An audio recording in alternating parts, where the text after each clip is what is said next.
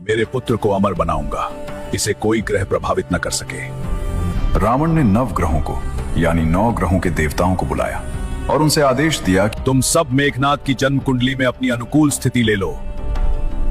9 ग्रह बाध्य थे रावण की शक्ति के सामने, लेकिन शनिदेव ने थोड़ा खिसक कर ऐसी स्थिति ले ली जो मेघनाद के लिए अशुभ थी। रावण को पता चला, उसका क्रोध भड़का। इसी बीच देवर्षि नारद वहां पहुंचे। नारद मुनि, जो अपनी चतुराई के लिए प्रसिद्ध हैं, उन्होंने रावण की प्रशंसा की। वाह रावण, क्या पराक्रम है! तुमने नवग्रहों को पीठ के बल लिटाकर पांव के नीचे रखा है। सच में तुम महान हो। रावण फूला नहीं समाया। नारद ने आगे कहा, लेकिन रावण, असली विजय तो तब होती जब तुम उन्हें छाती के बल लिटाते। पीठ पर तो कोई भी पांव रख सकता है, असली शक्ति का प्रदर्शन छाती पर होता है। रावण के अहंकार को यह बात लग गई। उसने नवग्रहों को पलटवाया पीठ से छाती पर, और उसी पल शनिदेव की दृष्टि सीधे रावण के चेहरे पर पड़ी। रावण समझ गया, शनि ने उसे देख लिया था। क्रोध में आकर उसने शनिदेव को एक छोटी अंधेरी कोठरी में बंद कर दिया, ऐसी कोठरी जहां रोशनी तक नहीं थी। शनिदेव, जो तीनों लोकों में विचरण करते हैं, वो एक राक्षस की कैद में बंद थे। वर्षों बीते। फिर एक दिन लंका की गलियों में एक अजीब आगंतुक आया। वो आया था माता सीता की खोज में, हनुमान, महाबली महावीर हनुमान। जब हनुमान जी अशोक वाटिका में माता सीता से मिलकर वापस जाने लगे, तभी उन्हें एक आवाज सुनाई दी, एक करुण पुकार, अंधेरी कोठरी से। हनुमान जी उस दिशा में गए और वहां उन्होंने देखा शनिदेव को कैद में। शनिदेव ने हनुमान से कहा, हे पवन पुत्र, मुझे इस कैद से मुक्त करो। रावण ने अन्याय किया है। हनुमान जी ने शनिदेव की बात सुनी। उन्होंने अपनी विशाल पूंछ से उस कोठरी को तोड़ दिया। शनिदेव मुक्त हुए, लेकिन अब एक अजीब स्थिति थी। शनिदेव धर्म से बंधे थे। उन्हें हनुमान जी पर साढ़े साती डालनी थी। वो बोले, हनुमान, मुझे क्षमा करना। धर्म के नियम के अनुसार मुझे तुम पर साढ़े साती डालनी होगी। हनुमान जी मुस्कुराए और बोले, ठीक है, आओ। शनिदेव हनुमान जी के सिर पर बैठ गए और तब हनुमान जी ने भीषण युद्ध शुरू किया। वो पत्थर उठाने लगे, पेड़ फेंकने लगे, राक्षसों को मारने लगे। शनिदेव सिर पर बैठे बैठे हर चोट से कराहते रहे। हनुमान जी के अटल शरीर पर शनि का कोई असर नहीं था, लेकिन हनुमान की मेहनत का दर्द शनि को हो रहा था। शनिदेव ने हार मान ली। हनुमान रुको, मैं तुम्हें छोड़ता हूं। हनुमान जी रुके। शनि ने कहा, तुम अजय हो, तुम पर मेरा कोई असर नहीं। एक वरदान मांगो। हनुमान जी ने कहा, मुझे कुछ नहीं चाहिए, बस एक निवेदन है। जो मेरे भक्त हों, जो शनिवार को मेरा स्मरण करें, उन्हें आप कष्ट मत देना। शनिदेव एक पल रुके और फिर मुस्कुराए। तथास्तु। दोस्तों, इसीलिए आज भी शनिवार को हनुमान जी की पूजा होती है और माना जाता है, जो हनुमान जी का भक्त है, शनि की साढ़े साती उस पर अपना पूरा असर नहीं दिखाती। दोस्तों, अब वो कहानी जो शनिदेव के सबसे बड़े संकट की है। ये कहानी है पिप्पलाद ऋषि की। पिप्पलाद, जो स्वयं भगवान शिव के एक अवतार माने जाते हैं, उनके पिता थे महर्षि दधीची। वही दधीची जिनकी हड्डियों से इंद्र का वज्र बना था। लेकिन जब दधीची ने यह महान बलिदान दिया, उस समय उनकी पत्नी गर्भवती थी। दधीची गए और कभी लौटे नहीं।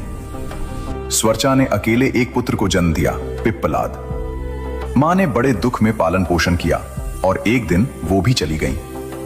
पिप्पलाद अकेले रह गए जंगल में एक पिप्पल के पेड़ के नीचे। पिप्पल के पेड़ ने उन्हें खाना दिया, इसीलिए उनका नाम पड़ा पिप्पलाद।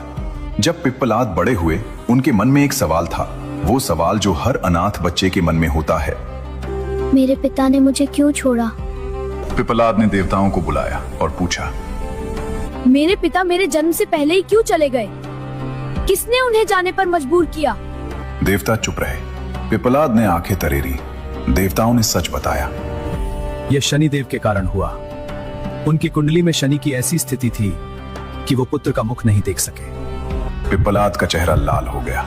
वो बालक जिसने कभी पिता का स्नेह नहीं जाना, वो बालक जिसने मां को भी खो दिया, उसके भीतर से एक ऐसी तपस्या की अग्नि भड़की जो तीनों लोकों को हिला सकती थी। पिप्पलाद ने एक निश्चय किया, शनिदेव को इसका हिसाब देना होगा। लेकिन शनिदेव से लड़ना कोई साधारण काम नहीं था। पिप्पलाद एक ऋषि पुत्र थे। उनके पास न सेना थी, न हथियार, न कोई दिव्य शक्ति, लेकिन उनके पास था एक अटूट संकल्प। पिप्पलाद जंगल में बैठ गए, आंखें बंद की और शुरू की भगवान शिव की तपस्या। ऐसी तपस्या जो वर्षों तक चली, कठोर, अटल और असहनीय। न गर्मी की परवाह, न सर्दी की, न भूख प्यास की, बस एक ही ध्यान, शिव शिव शिव। जब भगवान शिव प्रसन्न हुए तो उन्होंने पिप्पलाद को दिव्य शक्ति और आशीर्वाद दिया, और उसी आशीर्वाद के बल पर पिप्पलाद पहुंचे ब्रह्मा जी के पास। हाथ जोड़कर मांगा, प्रभु मुझे चाहिए ब्रह्मदंड। ब्रह्मदंड, वो दिव्य अस्त्र जो स्वयं ब्रह्मा जी के पास है, जिसके सामने कोई भी शक्ति टिक नहीं सकती। ब्रह्मा जी ने पिप्पलाद को देखा, उस अनाथ बालक को जिसने न पिता का स्नेह जाना, न मां का साया पाया, जिसने वर्षों तक कठोर तपस्या करके यह क्षण मांगा था। ब्रह्मा जी का मन द्रवित हो गया और उन्होंने ब्रह्मदंड पिप्पलाद के हाथों में दे दिया। पिप्पलाद ने ब्रह्मदंड उठाया और शनिदेव की तरफ बढ़े। शनिदेव ने देखा, यह कोई साधारण ऋषि नहीं, यह वो बालक है जिसके जीवन में उनके कारण अंधेरा आया था। पिप्पलाद ने ब्रह्मदंड से शनिदेव पर प्रहार किया, एक भयंकर प्रहार। शनिदेव घायल हो गए, तीनों लोकों में कंपन हुआ, देवताओं में हाहाकार मच गया और शनिदेव घायल, पीड़ित जाकर छिप गए उसी पीपल के पेड़ के नीचे, उसी पेड़ के नीचे जिसने पिप्पलाद को पाला था। देवता दौड़े ब्रह्मा जी के पास। प्रभु शनिदेव घायल है, अगर वो नहीं रहे तो ग्रहों का संतुलन बिगड़ जाएगा, सृष्टि अव्यवस्थित हो जाएगी। ब्रह्मा जी स्वयं आए। ब्रह्मा जी ने पिप्पलाद के सामने हाथ जोड़े। ऋषिवर, तुम्हारा क्रोध उचित है, तुम्हारे साथ अन्याय हुआ, लेकिन शनिदेव के बिना सृष्टि का संतुलन नहीं रहेगा, इन्हें मुक्त करो। पिप्पलाद ने ब्रह्मा जी को देखा, उनका क्रोध धीरे धीरे शांत हुआ। बोले, ठीक है, लेकिन 2 शर्तें हैं। शनिदेव आगे आए, घायल, पीड़ित, सिर झुका हुआ। उन्होंने पिप्पलाद को देखा, उस बालक को जिसके दर्द का वो कारण थे। शनिदेव की आंखें भर आईं। पिप्पलाद ने कहा, पहली शर्त, 16 वर्ष से कम आयु के किसी भी बालक को आप कष्ट नहीं देंगे। शनिदेव ने सर झुकाया, स्वीकार है। पिप्पलाद बोले, दूसरी शर्त, जो भी भक्त शनिवार को इस पीपल के वृक्ष की पूजा करेगा, जल चढ़ाएगा, दीपक जलाएगा, उसे आप कभी कष्ट नहीं देंगे। शनिदेव ने उस पीपल के पेड़ को देखा, जिसकी छांव में वो अभी घायल बैठे थे, जिसने उस बालक को पाला था, जिसने उनसे लड़ाई की, और फिर बोले, तथास्तु। पिप्पलाद शांत हुए, शनिदेव मुक्त हुए, और पीपल का पेड़ जो अब तक एक अनाथ बालक का घर था, हमेशा के लिए शनिदेव की कृपा का प्रतीक बन गया।